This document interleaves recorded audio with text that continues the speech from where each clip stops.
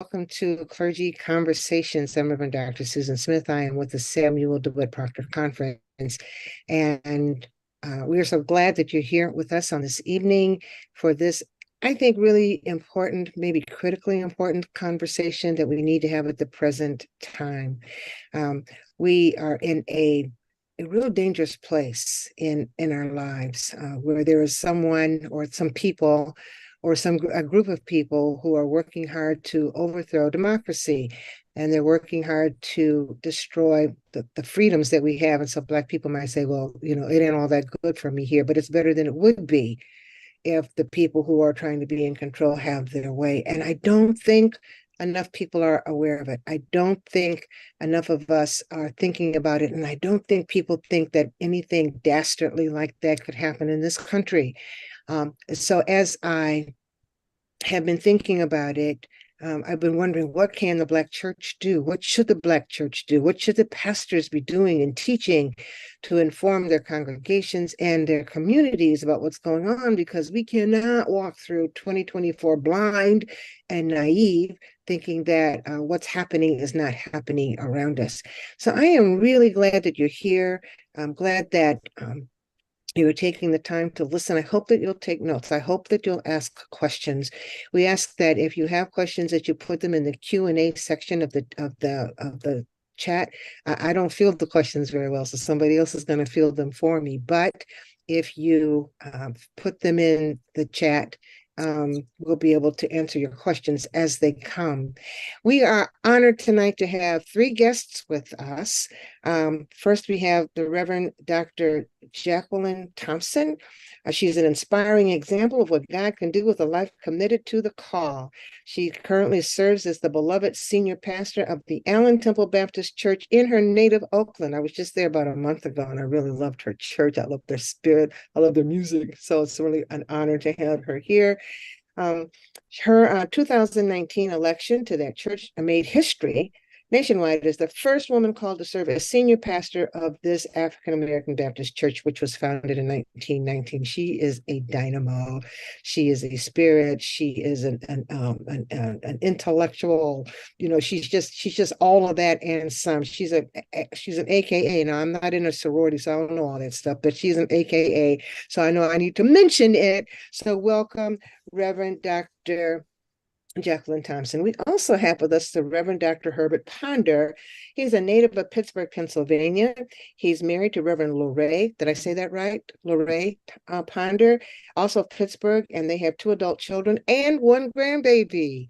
He earned his Bachelor of Science degree in Business Administration and Accounting from the University of Pittsburgh, the Master of Divinity degree and Doctor of Ministry degree from the Samuel DeWitt Proctor School of Theology at Virginia Union University. And I'm delighted that he's here because Dr. Ponder has been like an audience member of the Clergy Conversations ever since we've been having him. So I'm just like honored that he's here. He has served as the 8th pastor of the Mount Tabor Baptist Church since 1994 or 1989. Did I get the date wrong? 94.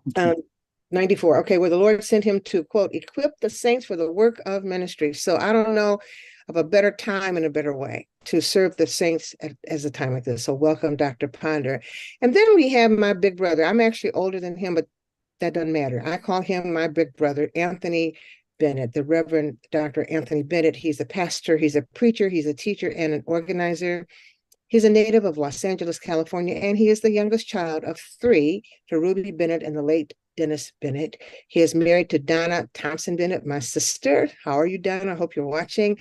They are the parents to the late Brittany Tucker and Ahmad, and they're also parent to Ahmad Bennett and grandparents to Nyla Tucker. He's a member of Alpha Phi Alpha, and this is his Founders Day. So happy Founders Day. That's right. Thank you. Thank He's you. a Morehouse man. He Thank you. graduated from there in 1988. He entered Union Theological Seminary and received a Master of Divinity degree in 1991. So he is the esteemed pastor of the Mount Airy Baptist Church, which I call my home, away from home. And I am just glad that all of you are here. So Glad to be here. I want to start this conversation with with a quote that I read from the late Dr. James Cone. It's a little bit lengthy, but let me just read it. He said, "What is the Christian faith? And what does it have to say about the rich and the poor, the social, economic, and political conditions that determine that relationship? To answer this question is not easy in North America because we live in a society that claims to separate church and state, religion, and politics. Christianity, it is often said, is concerned with spiritual reality, but not with the material conditions of people. This view of the Christian faith is commonly held inside and outside of organized churches, thereby supporting the conservative role that religion has often played in politics. If the Christian faith is no more than the cultural and the political intrigues of rulers transformed into theological categories, then Karl Marx is right in his contention that religion, when he said, quote, religion is the opium of the people and therefore should be eliminated with other legitimizing agencies in an oppressive society. But if religion generally, and the Christian faith in particular, is an imaginative and apocalyptic vision about the creation of a new humanity that is derived from the historical and the political struggles of oppressed peoples, then to describe it as a sedative is to misunderstand religion's essential nature and its later revolutionary and humanizing thrust in society. When the meaning of the Christian faith is derived from the bottom and not from the top of those on the socioeconomic ladder, from people who are engaged in the fight for justice, and not from those who seek to maintain the status quo, then something radical and revolutionary happens to the function of the holy in the context of the secular." I was just kind of moved by that entire lecture, but I love that quote as concerns tonight. So I just want to open up with, you guys can say each a couple of opening statements as you answer this question. But the question I want to put out to you is, are you concerned about what's going on in this country? And do you believe that the church has an obligation to stand in the breach? Let's start with you, Dr. Ponder. Yes, I am concerned. And yes, I do believe the church has an obligation, a responsibility, and maybe even the privilege to be able to stand. As I watch the news daily, when I think it can't get more absurd, it kind of blows my mind and gets even more absurd. It's just beyond my imagination. And I believe that the called out people, those who say they love the Lord, have that responsibility to use what they have to stand in the gap to make a difference for community. And that has to be on us. I often say in our congregation that if something, makes you uncomfortable, then that's God's way of saying it's your assignment. And I'm uncomfortable. I'm bothered, I'm angry, I'm frustrated. And sometimes I want to throw in the towel, but I recognize that God has us here for a reason, and therefore it's our responsibility. Dr. Jackie, same question. Good evening, and thank you for asking me to join this conversation. And so, like Dr. Ponder, I am deeply concerned.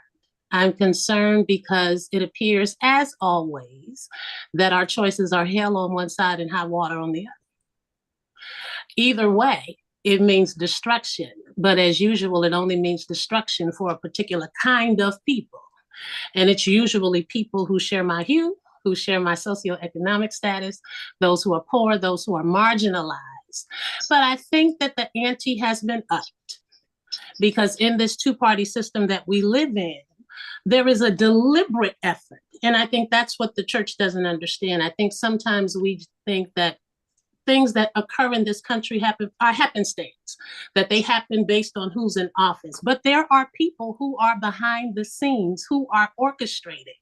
The Heritage Foundation has a 400 to 800 page document, Project 2025, where they have charted out what they want to do, not just for a Trump presidency. It's really not about Trump the way we think it is. No matter what Republican candidate wins, they intend to execute this plan that rolls back voting rights, that changes the very essence of what we know as a democracy, that continues to support our erasure of history in this nation.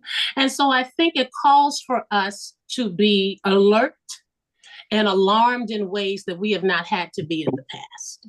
So I share, Dr. Ponder, and I'm sure as Dr. Bennett will come in and affirm also, and with you, Dr. Smith, that we ought to be deeply concerned.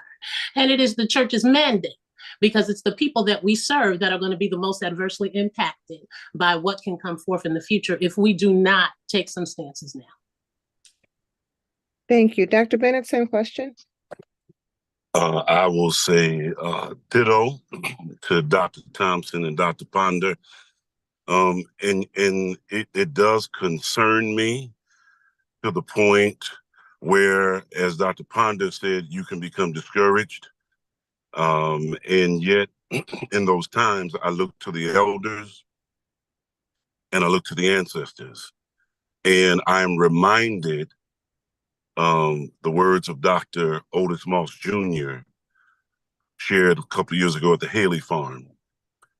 He reminded us there's never been a time in America where evil has not been present. Never. Never. And so I think the sobriety of the moment is a reminder for those of us who have been seduced by the illusion of American progress, such that simply because we made progress does not mean evil has left the scene. And I think it's our own illusion that these moments bring us back to the reality of what the liberative dimension of the Black church can become. And for that, I look again to the elders and I call on the ancestors to give us perspective on how they dealt with evil in their generation, as we are called upon to deal with evil in our generation. That's so powerful. And I think as you were talking, I'm thinking about what I was thinking earlier. Because I was wondering, I didn't get a chance to look up all the stuff I needed to look up, but I wondered what the church did during the most evil times in our history. And I wondered if after the 60s, after the civil rights movement, if Black people thought that, oh, we've done what we needed to do. I know there was a fatigue, and also maybe a sense of smugness, because we kind of beat out segregation, and maybe the edginess that we've always had to fight the system, maybe that kind of died down a bit. I don't know, but I'm wondering, and this is my sense, but do you feel like there's a general reluctance or something of the Black church to talk about this stuff and to work to do something? Do you feel, anybody can answer this question? Because I feel it. I feel like I don't feel the push of the Black church to do something about what's going on. I don't feel it. But what do y'all think? It seems that the Black church has so much to deal with that it's almost like we're constantly putting out fires, constantly dealing with struggles, constantly. It's a constant. We're not drinking from, garden hoses. We're drinking from fire hydrants or fire hoses. And sometimes it becomes overwhelming to know what to focus on at any given time because of the immensity of everything that we're dealing with all the time. Anybody else? Yeah. I think it's the dilemma, and again, certainly my initial comments were meant not to discredit the efforts, both as a parent and a godparent and a grandparent. I want a better life for my children and my grandchildren. I don't want them to have to deal with what persons in the past. My mother grew up in Winona, Mississippi. Clearly, she did not want me and my sisters to have to deal with that. Her expression of faith, perhaps is a common expression of that was then, this is now, without realizing that she was shielding us from what we would eventually need to know. And I think that's, again, Dr. Ponder talked about the Black church has so much to deal with. How do we teach our children and yet still give them a childhood? How do we teach? What is the tension between the I don't want to say the innocence, but the joy of childhood, and the reckoning that some some of our elders had as children, where they were face to face with what they tried to shield some of us from. So it's the same fight, different manifestation, in the same struggle. In the same struggle. Dr. Jackie. Well, I see it slightly differently. So Okay. forgive me in advance. I certainly affirm everything that I have heard. But I do think there are Black churches that are engaging. I think those happen to be the churches that don't always get the spotlight. So I will say that. But at the same time, I have to acknowledge the fact that, in my opinion, Black churches and Black people, if not globally, are experiencing post-traumatic stress syndrome. Mm-hmm. We just came out of a complete pandemic where the world shut down, where for our community in particular, it was Black churches. When it should have been hospitals, it should have been clinics, it should have been our national government. We ended up having to be on the front line to make sure our people were saved. And so not only were we still feeding, not only were we still, having to make sure our people were okay and figuring out how to keep their spirits high during worship by having to transition to an all digital, outlet. Well, we were testing, we were vaccinating, we were trying to figure out everything we could do to just keep Black people alive. And so now that we are kind of looking at the tail end of that, while fearing if what's going on in China, what's going on in Europe is going to be another iteration, I think this season, where usually churches will be geared up, I think fatigue is real.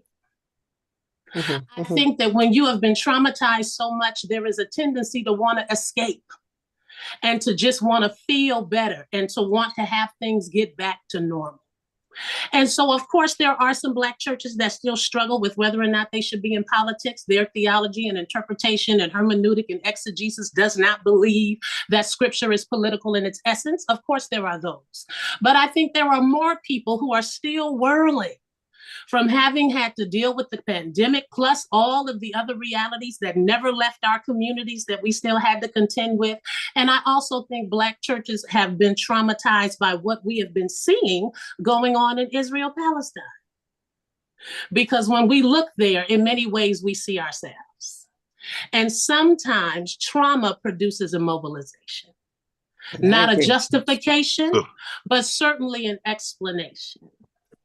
So the question, in Dr. Thompson, for me is, when have Black people not been traumatized to have? So we constantly had to navigate and negotiate the experience of joy, the dealing with how do we deal with fatigue and still function, and then how do we garner whatever strength we have to engage the powers that we know are not going, as they say, power is not going to concede. I totally agree. There are churches that do it, that do well. They just don't get the publicity of the dominant, you need a relief from this, or the dominant multicultural church that is sort of ahistorical or apolitical. So they have tried to give us the illusion that they were, but they were really just tools of the conservative theological movement. I think we have the benefit, I think everyone on this call just about, we have the benefit of experience and we have the benefit of history. But there is a generation and there is a group of people that don't come with our experience, nor do they come with our history. Right. And so that's what makes the attempt to erase Black history out of school systems so critical. We already have enough that are not getting it. We're no longer teaching it in churches. Everybody doesn't have the benefit of a Haley farm. And so there are a group of people for whom this particular pandemic was their first experience with a real trauma, right? Because we had the illusion of a post-racial America after the Obama election. So we thought race wasn't even a matter no more because we had us a Black president, right? And then we got President Trump, Donald Trump. And so I do think there are some for whom they don't make those connections in the same way, which is why what you said earlier, reminding people that we have had trauma ever since we got here, right, in 1619, and making sure they understand what that looks like for us as a people. And again, so as I said, it's certainly not an excuse, but it's a reality that we have to face. There is a generation, and part of it, we have to take responsibility, because our goals with our children and grandchildren, as you have lifted up, is to make their lives good, make their lives better, make their struggle easier. not realizing that we were still going to have to contend with the things that we're contending with. I have to be honest, I never in a million years thought I would live to see the reversal of Roe versus Wade. I never thought that. And so there is more to come, but there are many things I think that have been a shaking and an awakening that provide us with the opportunity to equip a future generation and equip current folks with the information that they need to be able to mobilize, engage, do some self-care, switch off, right? Everybody can't stay on the front line. So we have to have order. We have to know who to send to the front, when to fall back, how to care for ourselves, but acknowledge the fact that you can't continually fight traumatize, because in the end, you end up traumatizing other people. Mm-hmm.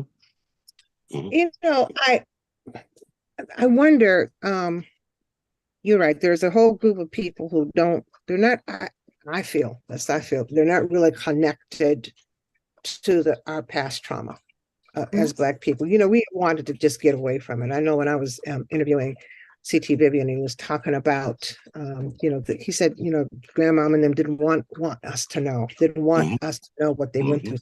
Every generation, I think we try to get away from it, but we can't get away from it. And I found myself wondering, because that is a reality, maybe that's why I feel like there's not enough awareness or something. But we always talk about prophetic preaching, and I'm going to say prophetic teaching as well. Where we talk about prophetic preaching, and we talk about preaching or giving truth to power, speaking truth to power. Are we doing that? And are we preaching and teaching truth to the pews as well? And should we? Anybody? Yeah, that's good. That's good. Absolutely. Well, I'll say absolutely. As we navigate what message needs to be delivered at what particular time, because again, I think as we deal with trauma, as we're facing, let me say it this way: when the pandemic came, I had to look up what the word pandemic meant, because I had not experienced that. And the reality is that as a people, we've always dealt with pandemics, and even though we think we're coming out of one now, the reality is that there's some other stuff coming politically and election wise, and all of the things that the Supreme Court is doing, and so our challenge is to be as accurate as possible and to speak the needs, to recognize the hurts, the pains, the trauma, and all the struggles that's going on within our congregations and communities, and how we provide help to get those persons to where they need to get. It's not always easy, but I think that's why, that's our lot, that's our assignment, that's our call. So I think in many cases, truth is being there. And as we've said before, it's not always publicized in the way that we may think it is, because they're too busy doing the work. Yeah, and I think it is. I think that's partially true. I'm gonna shut up in a minute, Anthony. But I also think, because I've done some workshops or have been on panels in some very conservative Black churches. They don't want to hear none about none of this. That it's just, they don't want to hear none about none of it. Exactly. We finna do Jesus. I have a biblical worldview. Okay. But can we just talk about this for a minute? When I was on a panel and we were talking about issue 1 that just passed here in Ohio, everybody, anti-abortion, you want to kill babies. And I, you know what? I was a good girl. I sat and I took that, and I did not go off in my Detroit manner. I did not do that. But I said, I hear your pain, but I'm trying to tell you something, that this is about a little bit more. You might, issue 1 might lose, but in the end, if our rights are taken away, if something else, this is your issue, but maybe something else comes up, if this is not your issue, but if something comes up and it is your issue and you want to protest, as we have always been able to do in this country, and you can't do it because the rights have been taken away, then that's going to be something. If you don't have freedom of religion, you don't have freedom of the press, you can't watch what you want. You can't watch the Real Wives of whatever, Atlanta, whatever. You can't watch all of that stuff because they want to control every aspect of your life. That is what is at stake. And I took some more darts, but at the end of that, the pastor said to me privately, he didn't change his position or anything, but he did say, you made me think about some things that I had not thought about before. And so that's what I'm wondering, if we should be doing, if we should be having those difficult conversations those difficult classes, taking the Bible and using the Bible, because even though many people will say that the Bible is sacred to them, they don't read it, but they say that. So let's take the Bible that they say sacred and work it to include what's going on today. Are we not doing enough of that? Dr. Bennett, you were going to say something and I interrupted. Sorry. So here is some of my thought. I think the answer is complex. I think no one size is going to fit all. I've been at Mount Airy for 30 years. There was a time where, it had a particular stance. I had to make a decision on what I was willing to risk. And I think over the years, many of those risks have paid off. We do the Ma'afa. We do a lot of things that they hadn't necessarily been used to doing around sacred memory, around political engagement, social justice engagement. Recently, of course, there was sort of a controversy around the Bible and, it containing lies and not all the truth. And so I used it in the sermon and I said, let's tell the truth. Y'all don't believe everything in the Bible like y'all make us believe we have to teach you all that.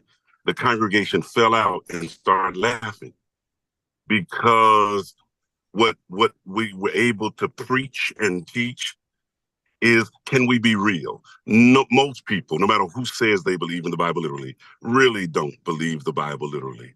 It was from that point we were able to engage and talk. And I'm just going to be honest, Mount Airy is a special place for me, but there are several special places. If the leaders are willing to preach to the pews, not preach down to the pews, and give people space and time to learn what is not familiar to them. Don't speak down as though they can't learn. A lot of times it is, as pastors, we don't want to take the risk of the process of teaching people how to shift their perspective, how to enlarge their understanding. The elders taught me. They're more open than I thought. And they have the legacy and the life. Sometimes younger people, if they don't get it just like that, they move on. But in my context, and that's what taught me as I talk to other pastors, sometimes it's not that people are shouting because we're preaching so well. Sometimes the people are shouting because they say, Pastor, you finally got it. And you're finally teaching on my street. Yeah. I think our people are more concerned about some of this stuff than we give them credit for. I think you're right. I think you're right. I think, I'm spoiled by my experiences. And Dr. Jeremiah writes on tonight, and thank you, Rev, for being on. But you know what?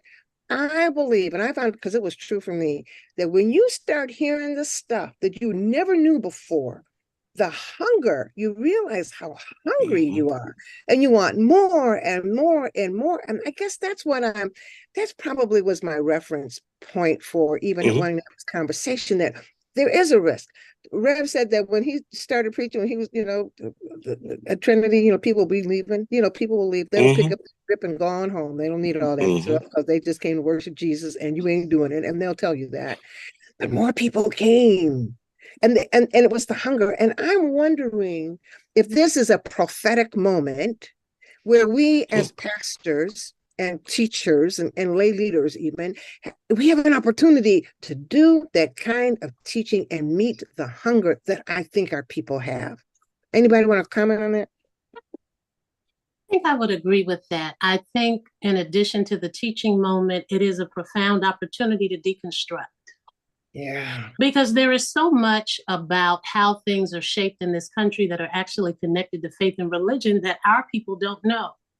Because when evangelical Protestants preach, they preach Jesus. But what they don't tell you is behind the scenes, they are also values voters. They are also meeting and helping to shape legislation. They're doing things where it is postured to us that Jesus wasn't about that, right? So a lot of that understanding and that belief that we have that politics has no role to play in faith and church didn't even come from us. It came from our actually assimilating to a faith and a posture that is not ours. And so it's an opportunity for, of course, the prophetic preaching and the Allen Temple. You know, that's our DNA. You know who we come from, Dr. J. Alfred Smith Sr. So even as a child, that's all we heard. But it's an opportunity for teaching, but it's an opportunity to help people deconstruct what they have taken on that is not inherently theirs or inherently Bible. And so I think if we can help people understand that the book in its essence is political, that Jesus was born into empire. Yes. That he was an oppressed, brown-skinned, Palestinian Jew.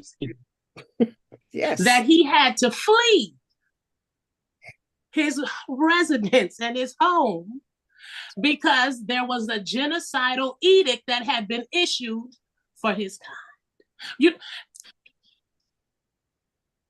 It's risky language, but it's the truth of the history of the text. It does not take away from salvation. Hallelujah. Glory to God. It does not take away from that, but it equips people in a different way to help them manage and occupy and navigate the lives that we live now. There's a lot of deconstruction that has to take place for pastors before they can even begin teaching and preaching prophetically to people. Yeah, you speaking, Dr. Jackie. Go ahead, Dr. Bennett. Go ahead. No, I concur. Because you shared, sister, what I wanted to share at the end. Pastors have to deconstruct. Yes. I heard someone say that social justice ministry is not a church growth strategy. I mean, it can be if you shape it and shift it and deconstruct how you understand growth. Growth is not just numerical growth, but growth is also having the pew and the succeeding generations in the pew continue to enact what it is that you are preaching from the pulpit. So it's not just proclamation, but it's also practice in your community. Because on some level, we say politics are local, but it starts in the pulpit as we deconstruct so that we can see it's not, well, I'm involved politically, locally, but I don't connect that with my proclamation on Sunday. No, they are connected. They are two different sides of the same coin. Absolutely. To me, that's the big deconstruction. Yeah, I agree. Dr. Ponder, anything you want to say on this? Yeah, a few years ago, I was asked to come in and speak to a class at a seminary about politics and preaching. And they said, do you have politics in the church? I was like, absolutely. I said, our whole existence is political. I said, whether the street is paved is political, whether the local school has adequate resources is political, whether we have, public safety that's actually safe for us is political. So yes, politics is a part of the church. Our very existence, has to be there. So therefore we have to speak to it because that's what impacts, the community. That's what impacts the members of the church. Whether they're able to drive from their home to the church, that can be a political, feat. And so yes, I would just add that. Dr. Jackie said that the evangelicals preach Jesus, and they do, but it's a different Jesus. Different Jesus. And people don't want to hear that. And I said that to one of my evangelical friends, and she about put me in hell herself on that day. She told me that I was being sacrilegious. And I said, but it's a different Jesus. Their Jesus allows. I said, their Jesus is okay with, people being lynched or with patriarchy and feminism. I mean, not feminism. What am I trying to say? You know what I'm trying to say. Sexism. Thank you. Sexism, Lord Jesus. They're okay with that. Their Jesus is okay with that. So I asked her, I said, is your Jesus okay with that? She said, well, no. I said, well, their Jesus is. There's a difference. It's one Bible, all these different ways of interpreting it, but the Jesus model for these groups are different. For these two, clashing groups in this country are different. And I think that when you begin to lose the fear, because you're right, oh my gosh, there's a risk when you start talking stuff like that. People are angry. We live in a country and a world of myths. Santa Claus is a myth. American exceptionalism is a myth. democracy really is a myth. Equal justice for all is a myth. But people like the myths. They have to hold on to them. So they got these little babies on television every morning here in Ohio. I pledge allegiance to the flag of the United. And I just want them to tell them, shut up, just shut up, just shut up. Let's learn about what's going on. But myths are comfortable. So if the church, if leaders of the church, not all the leaders, just a few, just a few willing to just stand up and take the risk of losing some members, losing some big givers, maybe none of your big tithers, but losing some members for the Amen. sake of telling the truth and teaching, reaching that place in people's souls that are hungry. They don't even know how hungry they are. Would that be a new iteration of prophetic preaching and teaching, do you think? Would that make a difference in a time like this? Yes. Absolutely. Yeah.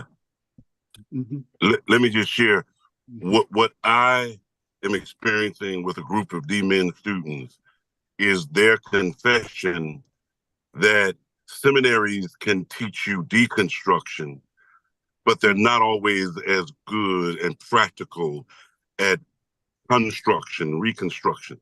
Right. So, the journey of leading and teaching a group of people, it may be a mischaracterization to say that people are totally not open to learn new concepts when you haven't taken them through a process that is not so much a linear process, but nonetheless, it is a process of how do I deconstruct, how do I construct on some level simultaneously.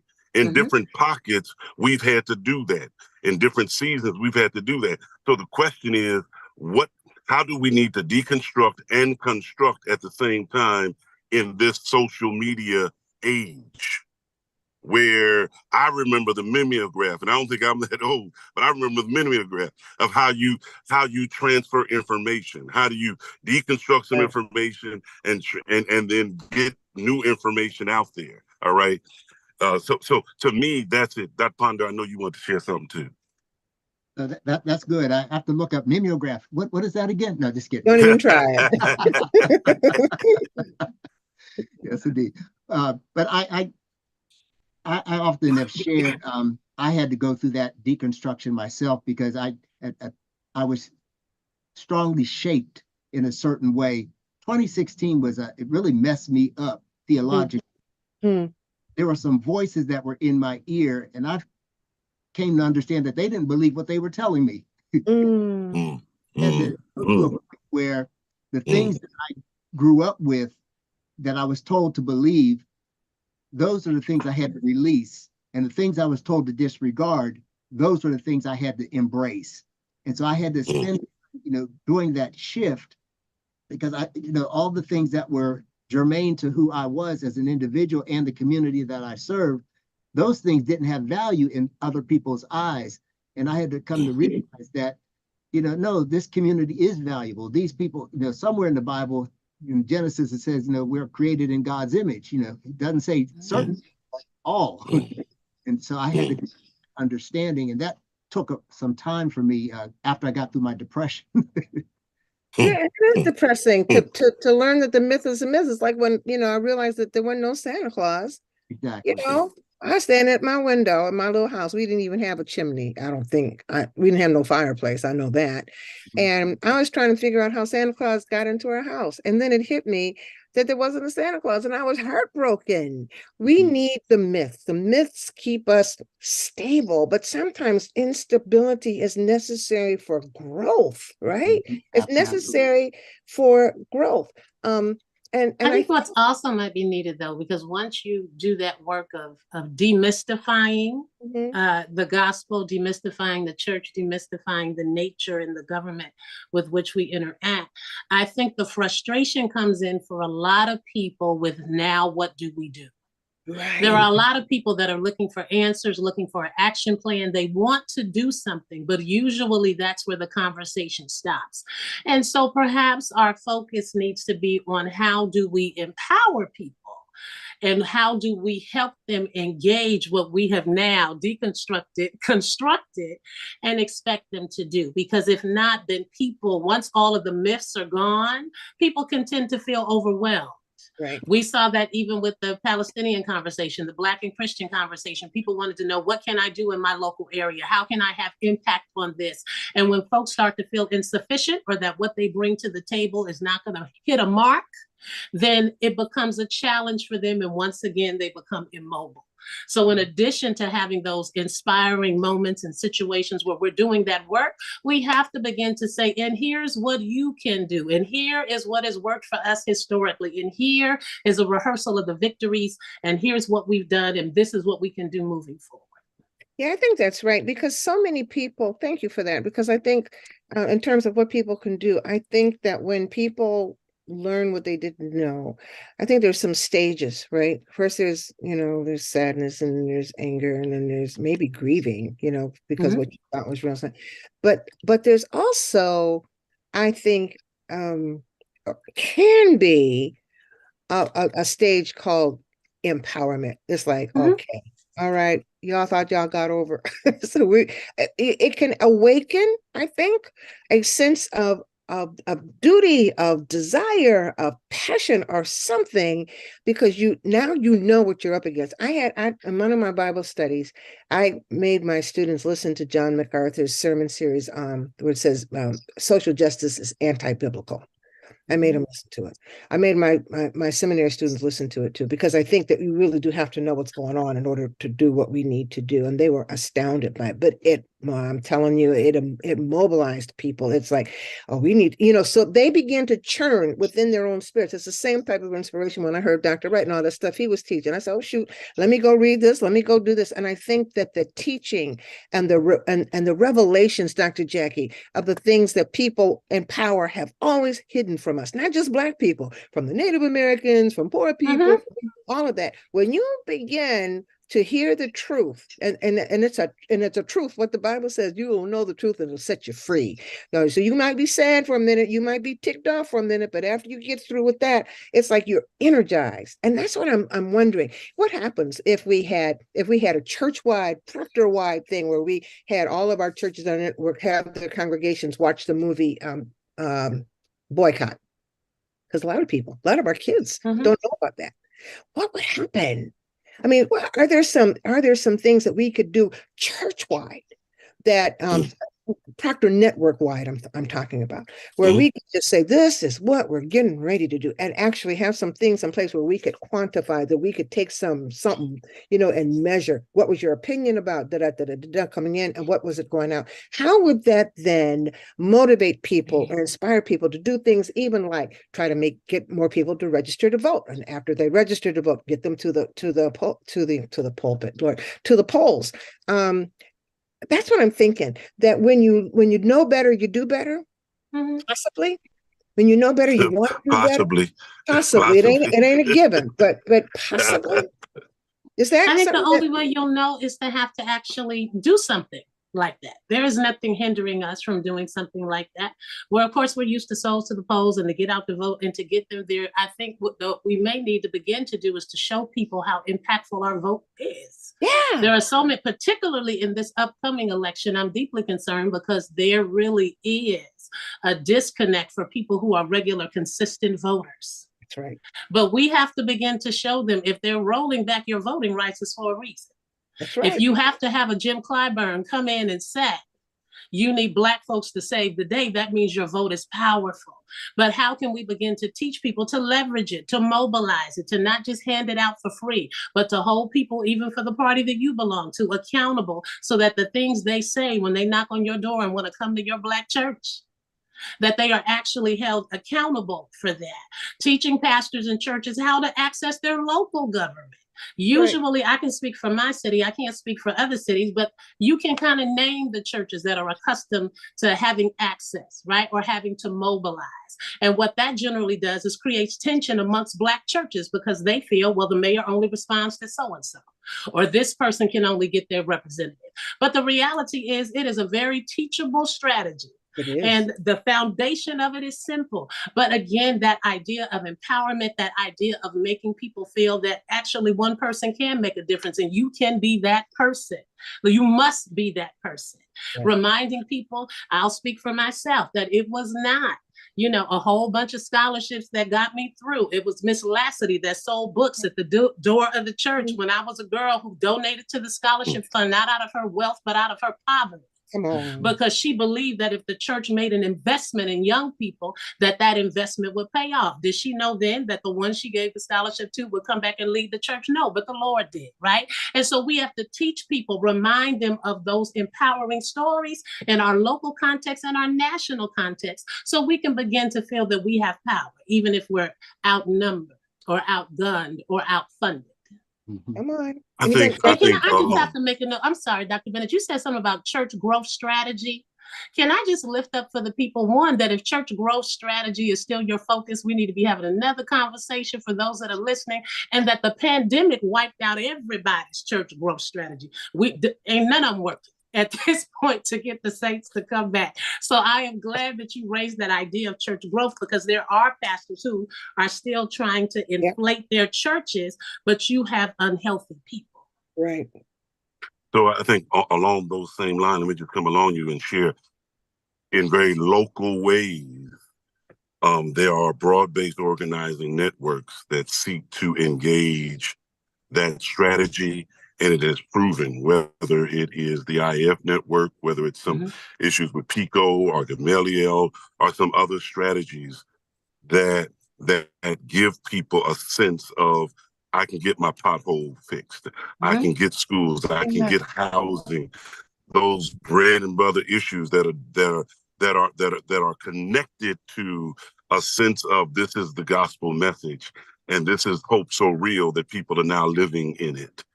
I'm speaking of the Nehemiah housing project that is taking place, the National Housing Project. So I think you are correct there, and there's no one way to get it done. And I think the great network of Proctor is we can learn the different ways that different communities are doing it. And I think you said it, Dr. Thompson, earlier, and I want to push it again. A deacon shared with me when I first started out pastoring, and I was just doing everything, all that stuff in Bridgeport, Connecticut. He said, "Remember, this is a marathon, not a sprint. Pace yourself." And I think a part of our own health and wellness is in the health and wellness of the church is also how we understand rhythm and season and pace, and how we manage as pastors the ebb and flow of what our congregations can do in the moment that they're in and in the context that they're in. I was speaking with a dear pastor friend of mine, Dr. Tate, and we were talking about the reality. Do you know your local alderman or district leader?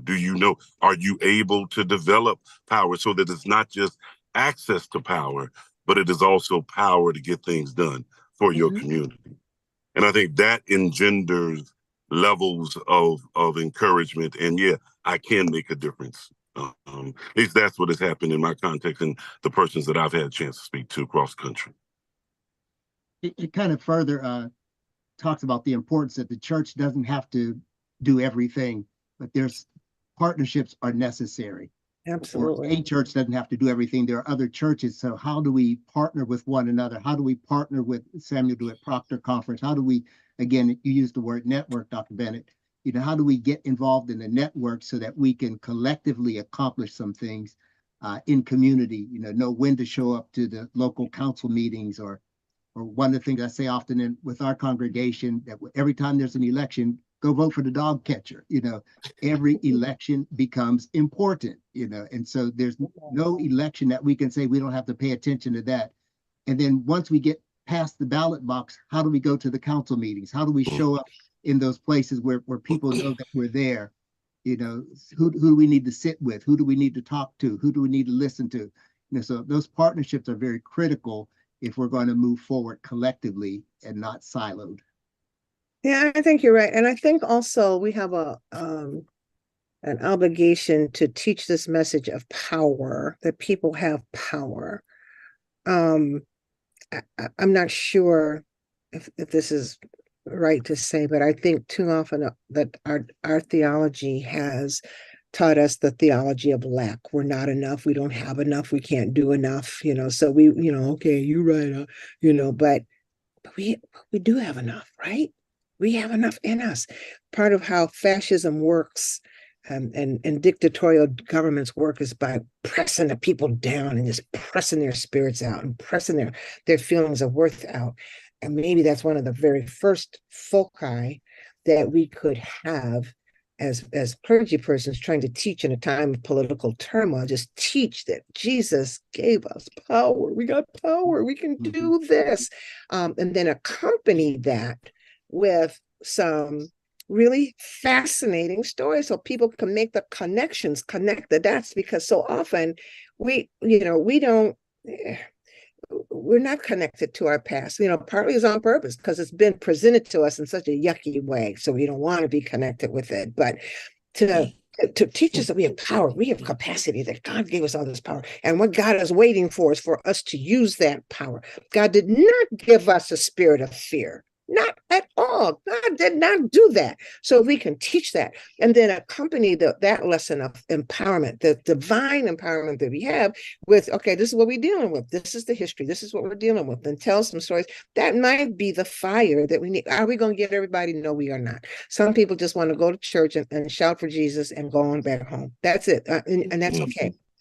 But I think that there are a fair number of people who have this hunger and don't even know that they have this hunger. And if that hunger is fed, they've got the energy. I call that the Popeye spinach thing. They got their spinach and they're ready to go, and they're ready to do some stuff that they didn't think they could do before. They didn't think their voices mattered. So I'm in my mind. Oh, we got questions too. I'm really bad at this. I'm really bad at this, but here we go. Let me ask this. You are getting better at this. Yes. Am I getting better? Thank you very much. You're getting better at this right now. In right the now, name. Thank you very much. In the name. Thank you very much. So there's a question in the chat. How do we teach our children and still let them have a childhood? Anybody want to take that on? How do we teach our children and still let them have a childhood? Yeah, I was getting ready to look at that. And I think when we look at our history as a people, we've come a long way. We've always had to climb up the rough side of the mountain. The reality is that we helped to build some of those mountains. So we knew how to climb the mountain. We knew how to, make progress. So we can teach what we have done to our children. As simple as when we go vote, take them with us. Show them the importance of the vote. Going in, what does this mean? My grandson likes asking questions about everything. And I love that he asks questions. He's curious. And I try to nurture that and answer his questions. Sometimes I want to kind of like, I don't know the answer to that. But he insists on getting an answer. So how do we, it's our responsibility to learn. It's our responsibility to apply. It's our responsibility to teach. And we teach by modeling. We teach by encouraging. We teach by helping them to understand what they are able to do, just looking at our history. They're trying to wipe the history out, but they don't have to, we don't have to depend on others to teach our history.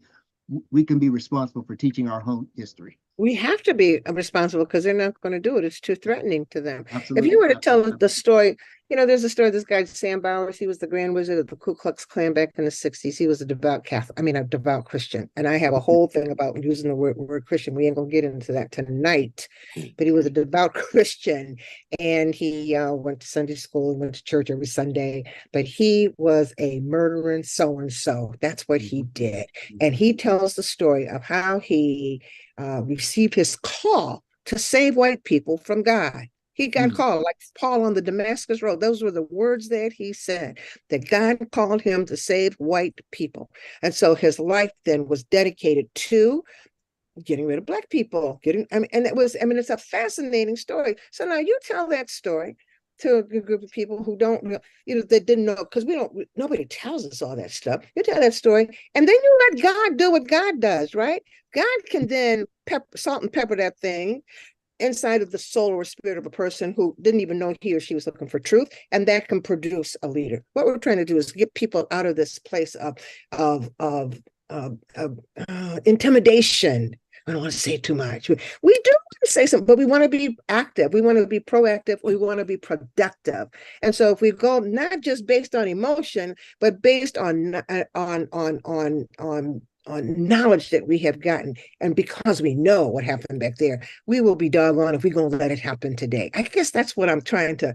That's what I'm trying to find. That's what I'm trying to find. Anybody here? Y'all feel me? Am I making sense? I think let me share, come alongside you with that response and the question as well. I think, again, there are a variety of ways. Yeah. I think the use of arts is a way to engage. Social media, I don't want to necessarily share it all everything all public, but the elders can also teach the young. And it was Dr. Jeremiah Wright who years ago taught me about Shazam and how you can find different things on social media. So please, you can, no matter your age, you can still teach somebody, right? That's right. Sacred memory is important. So important. The arts, involve young people with the arts, sharing the stories of sacred memory. Again, we do the Ma'afa, St. Paul, Trinity. I mean, there's a network, and it is not simply the production itself, but it is also the education. It's also the immersion trips, all those things that create the culture, but also how did children during the enslaved period, during Jim Crow, how did they find joy in the midst of it? And I think we connect in those kind of way, games, all those things, where they can still have a childhood, but they learn some things about history, and they learn some things about people that do not look like them, white folks, all that. And they learn some things about themselves. They learn about some of their own power and some of the stories of their ancestors and how they learned to wrestle with God and their particular predicaments. So I think there are a variety of ways you can do it. I think you're right. And there's a question here. It says, do we have a focused call to action as prescribed by the SDPC? We don't yet, but we're working on it. Because I think the value of the SDPC network is that we do have these congregations with people who have a heart for this, So how can we use that at a time like this? If not at a time like this, when? So to that question, thank you for that. Can I pose or ask a question with that question? By focus, do we mean one thing that we all can do? I'm not sure. Is that the question? I'm not sure what the person meant with that question. But when you responded like not yet, so that means you're looking at just in terms of alerting our congregations, our network of congregations, that there is something that we all can do, and then perhaps prescribing something that we can do as a unified network of all these thousands of congregations, that kind of thing. So we're building power that way. Does that make sense? Yeah. Yeah, I just wanted clarity. Yeah. Because you're right. There's no one way. Somebody might want. If I could do the Ma'afa here in Columbus, Ohio, trust and believe, I would be doing it, because I think it's so powerful. You just sit there with your mouth open. When I saw it at Mount Airy, I was just like, and I thought I knew a lot, but you learn so much more, and you keep learning and learning. And I actually looked at the faces of some of the children there, Dr. Anthony Bennett, and I just saw wonderment in their faces as well. Everybody can't do Ma'afa, but you can do something. But can I share this, though? Yeah. Let me just share this, though, because I think it gets to the crux of what we're trying to talk about even here. We say all politics are local. Right. What the goal of the Ma'afa is to get you to tell the stories. There are millions of stories of triumph, of struggle, in every location that Black people exist. Mm-hmm. When we did the production down in South Carolina, some of the persons, they did a follow-up Bible study, and some of the members said, thank you for giving us space to grieve. Because up in this particular place in South Carolina, lynchings took place up through the 80s, but nobody spoke about it. Some of these things, in order to heal ourselves, in order to get involved, is we've got to have some space to breathe, and so that we can tell our story. It's nothing wrong with having grief for someone you love being lynched. That's right. That's right. And have the church help you work through that grief so you can get your butt to the polls to elect. You know what I'm saying? You can make the connections, but you got to tell your story. Okay. And I think a part of, so wherever you are, Columbus, Oakland, Richmond, you tell your story. That's what it's about. No, it's not, because see, what we end up doing is focusing on the production side of Yeah. the Yeah. theatrical presentation and not what we just said. We use arts and sacred memory to teach what you just said we need to teach. As Dr. Jackie said, how do you engage people? Well, you engage them in arts. Come on. And that's an example of what Brueggemann spoke about when he talked about combating the numbness, that it is the purpose and the goal of empire to make us numb to the things that are going on around us in that part of the prophetic role, right? Prophetic imagination is to break through, penetrate the numbness so that people have a sense of what is going on around them. And that includes all of those in our circles that are just trying to make it from day to day. Because oftentimes, it's life. It's not anything major going on that keeps us from engaging at this level. It is literally gas is $5.50 in California. Eggs is $12.50 in Cal.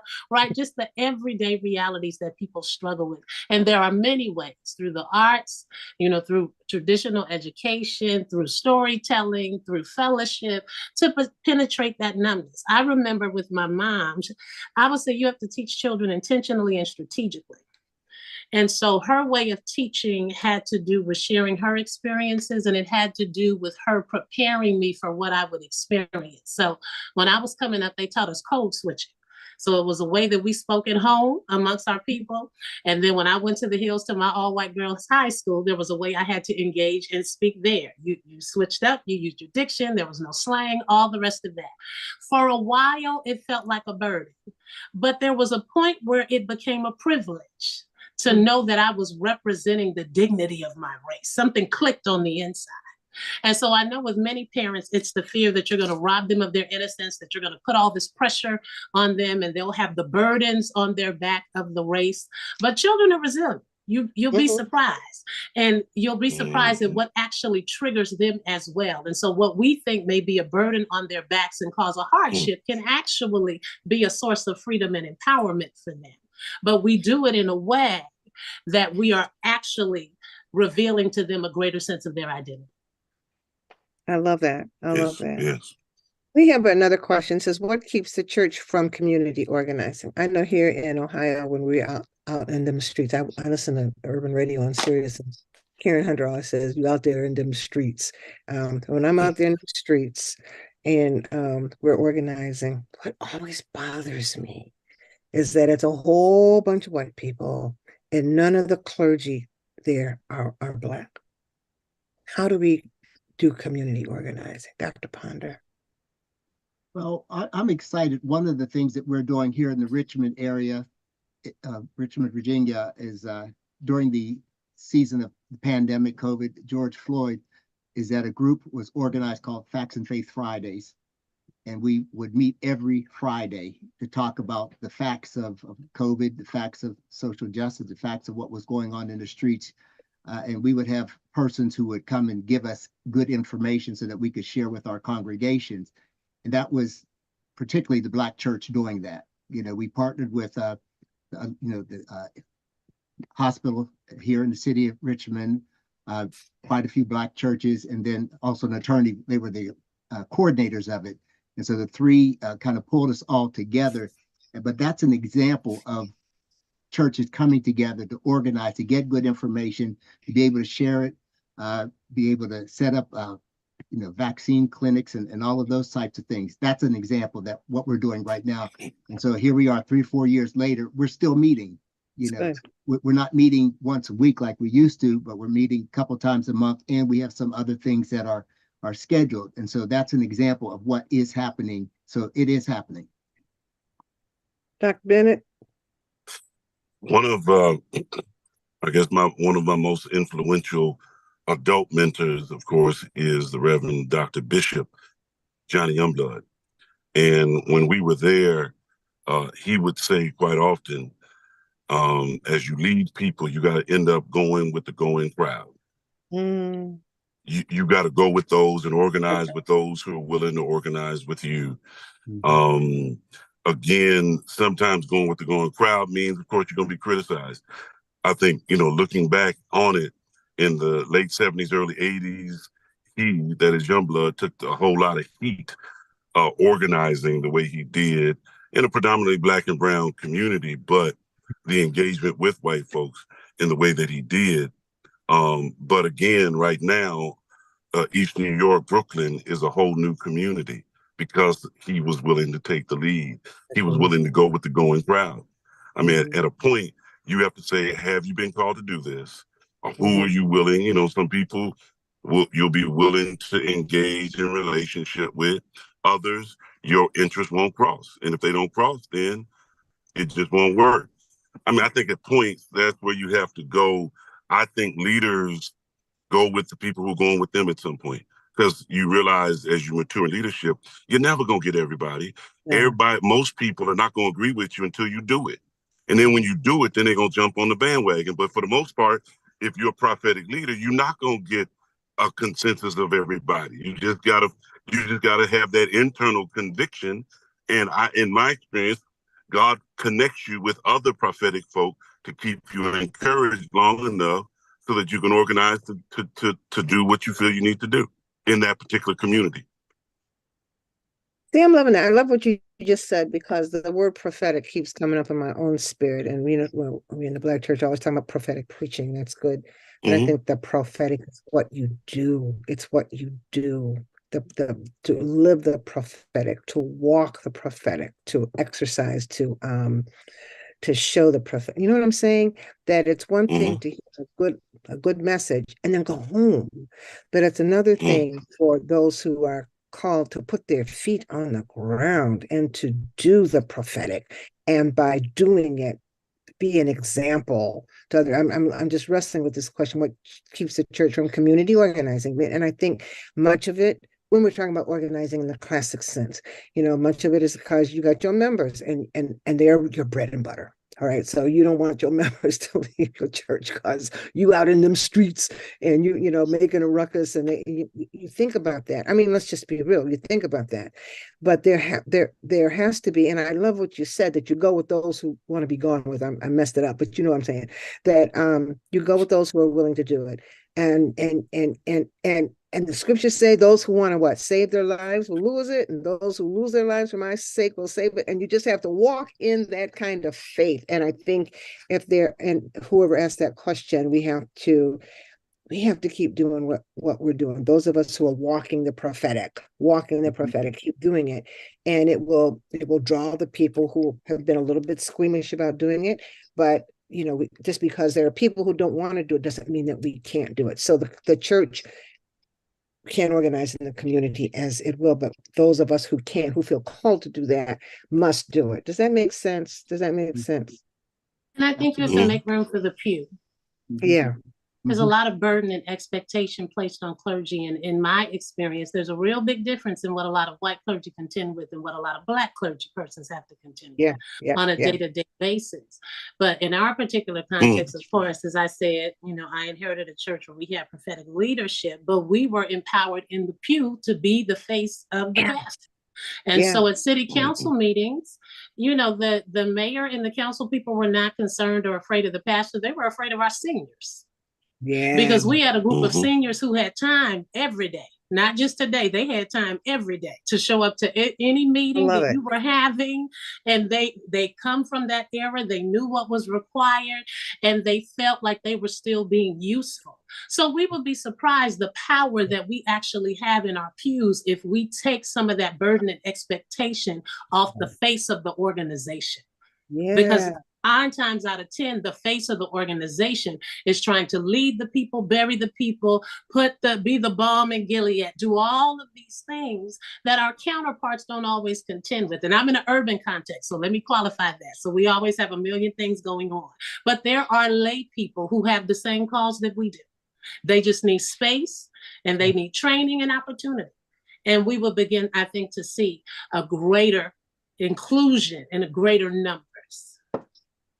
I love it. You know, you made me think of too, that guy at your church, the attorney. What's his name? The older guy. I forget his name. We got a But couple of, go he ahead. Mm-hmm. he's still on the battlefield. He said he's 80 years old. He's still on that Mm-hmm. battlefield. I mean, that's what I love. I mean, that type of empowerment, and that came from the pews, I'm sure, from the pastor and stuff. Because listen, he was so funny. When he was there, he said, "Okay, I'm wearing a diaper. Y'all done talk too long." So, Leo Bazille. He was at your lecture. Yes.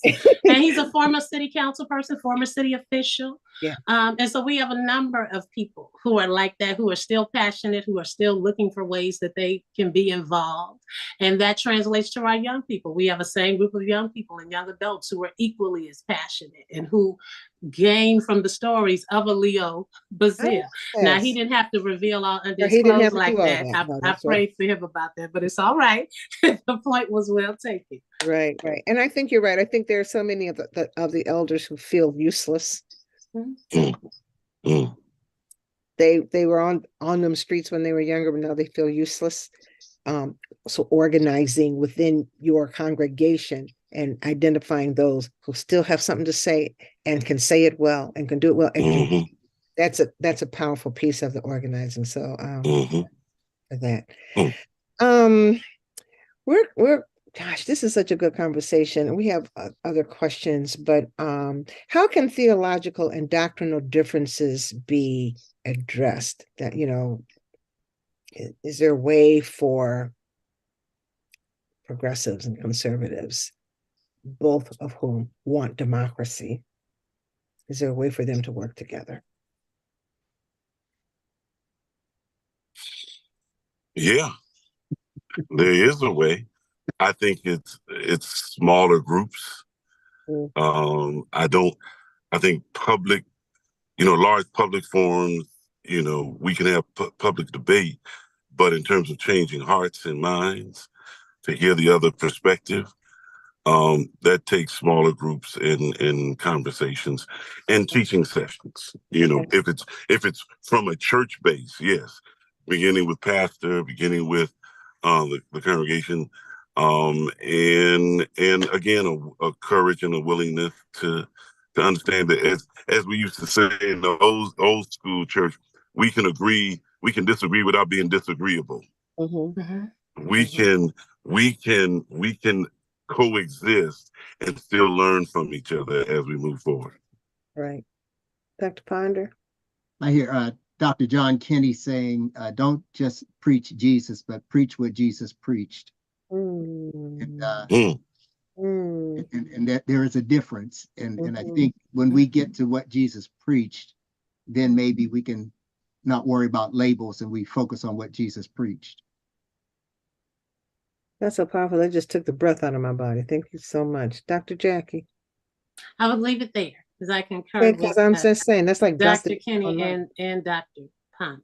But I'm challenged by whether or not I agree that progressives and conservatives want the same thing. But that's my own, stuff to deal with. You said that progressives and conservatives want the same thing? Context and what the question was asked. Yeah. It was said that, if they both want democracy. And so what immediately came up for me was, what kind of democracy? Yeah. There is a kind of democracy that serves one better than the other. Right. That's the truth. And they won't serve them better. Right. And so that's what initially came up. Yeah. The question, Dr. Smith, that I wanted to ask before now, but Dr. Thompson, raised it. How do we define democracy? Yeah. Because and of course, that the assumption, and I've learned some things, pastoring multiple generations, that I can't always assume they have the same definition about things that I have. Right. And understand. And so that's where the struggle of the dialogue. And that's where I would say you're right, Dr. Thompson. I don't know if it would be the same thing, but I guess we don't have the conversation to discover. Right. And maybe that's one of the places we can engage in, and as we go into this year, understanding where the commonalities are, because we do know that their democracy and our democracy, the definitions are different, just like their Jesus and our Jesus, that we understand that. But it can, if I can share this though, if I can just, again, context of the church, we got to get out the vote. We got to get out the vote. I hear the pushback. My vote don't make a difference. yeah, yeah. You know, and then I push back. Hey, all these people died and struggled so that you could have a right to vote. Well, what does that have to do with me right now? So whether that is progressive or conservative, whether it's like, how do we help people make connection to say your services right now are connected to the people who sacrificed right. in another era. That's so it may be the same, it may be nuanced so that it is different. But I don't know. That's why I wanted to raise that question. Mm-hmm. And I think that's something that Dr. Jackie said earlier is absolutely true. That if we can communicate the message to our people, to Black people, that if your vote didn't count, they wouldn't be trying so hard to keep you from voting. How about that? If y'all voted, they wouldn't care. They wouldn't bother. But they are doing everything they can to keep you from the polls. That, for some people, that'll make them say, "Oh no, that ain't it." As kids would say, "That ain't it." And so, oh my gosh, this has been such a good conversation. Oh my gosh, you guys have been the best guests. And there is a lot that you've given me to think about.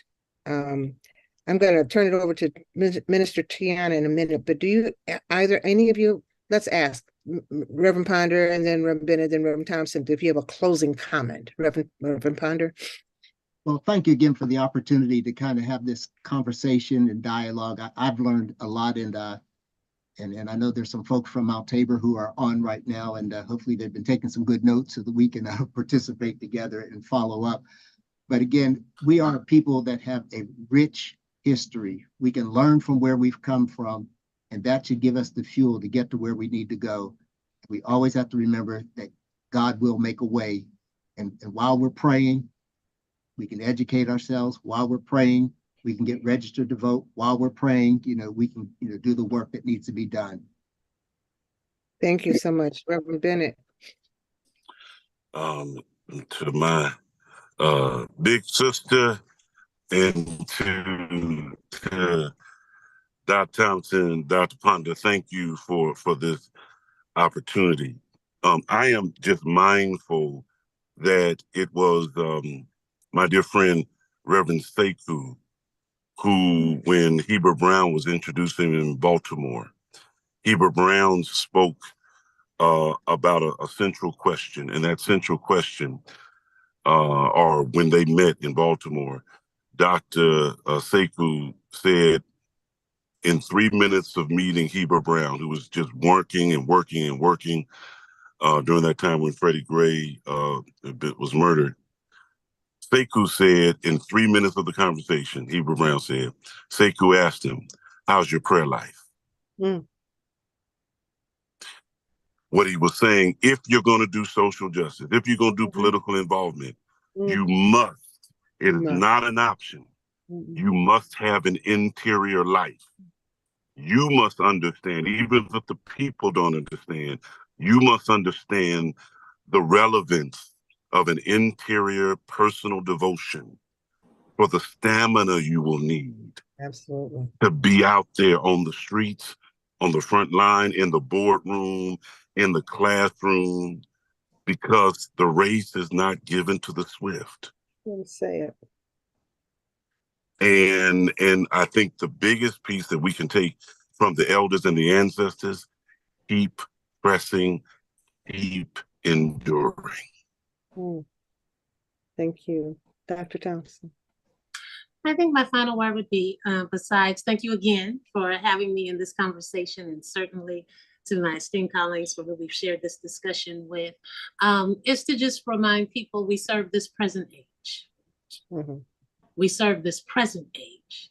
And so if you are alive, regardless of your title, regardless of your pedigree, regardless of your education, there is an expectation to serve this present age And so find what that area of service will be for you. And I would also, in terms of equipping, remind everyone, please Google Project 2025. Yes, We that's the will one. need to know what this is so that we will be able to effectively mobilize people for this election. So if you don't know what it is, please Google it, look it up. You don't have to read the full thing. There are summaries available, but you need to know that what people are saying is not conspiracy, that this is not something that we're discussing, that there is a very real threat to our current existence. And part of us being able to engage it is knowing what it is that we're fighting. So thank you once again. And of course, everybody register for the Proctor Conference and continue to engage in formats like this. Thank you, thank you, thank you. All right, Minister Tiana. Yes, ma'am. Thank It's on you. Thank you so much. Thank you once again to our panelists. Thank you for this rich conversation. And right as Dr. Thompson mentioned, the Samuel DeWitt Clergy and Lay Leadership Conference will be in Chicago this February. We are praying that you all will be with us. The theme this year, this coming year, is where legacy meets future: reimagine, rethink, and reinvent.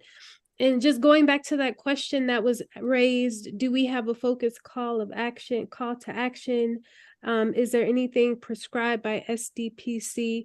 This is the place where that thought happens. This is a place where that convening happens, where we come together. We build the bridge between local and national.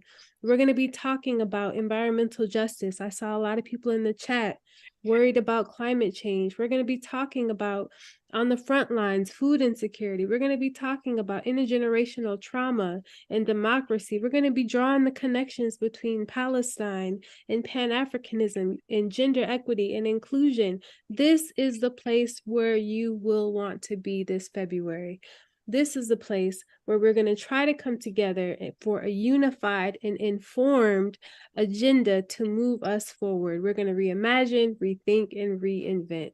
So you can visit our website, you can visit our Facebook page. Please register as soon as you're able. And we don't want you to come alone. We want you to come with people from your church. We want you to come with people from your seminary. We want you to come with people from your community so that we can continue this work together. And family, we also wanted you to know that you asked for it and you wanted to have this information out, and now it is available. The Black and Christian in These Times of War, which was mentioned during this conversation. These 4 teachings were so rich, so full, so just really, really in depth. And so we're offering them now to you all. The first conversation was on identities, land, and culture. The second conversation was on healing, justice, and peace. The third conversation was on human rights, humanitarian aid, and Ubuntu. And then we had a healing of the nations, a final summary conversation. Family, you can go to Vimeo. You can buy one of these conversations. You can buy all 4 of these conversations. Proceeds will go to Reverend Dr. Mitri Rahab, who has a university and a hospital there in Bethlehem and Gaza. And it will go to support the work of the Samuel DeWitt Proctor Conference at the United Nations. So please go to vimeo.com on demand, Black and Christian, and you will find us there. This is such an important resource, and we hope that you access it as soon as you're able. We love you. We thank you. These clergy conversations are so important to all of us. We thank you, Reverend Sue. You are not bad at this. You are great at this. And this is a gift to all of us. So we thank you. Thank you to the Proctor team behind the scenes, getting the work done at all costs. We love you all for joining. Thank you. Have a good night. And please join us for the next conversation. Take good care, guys. Thank you. Have a good evening. Good night. Good Thank night. you. Thank you. Good night, everyone. Thank you. Good night, everyone. Night. Blessings. Thank you, Dan. Blessings. Thank you.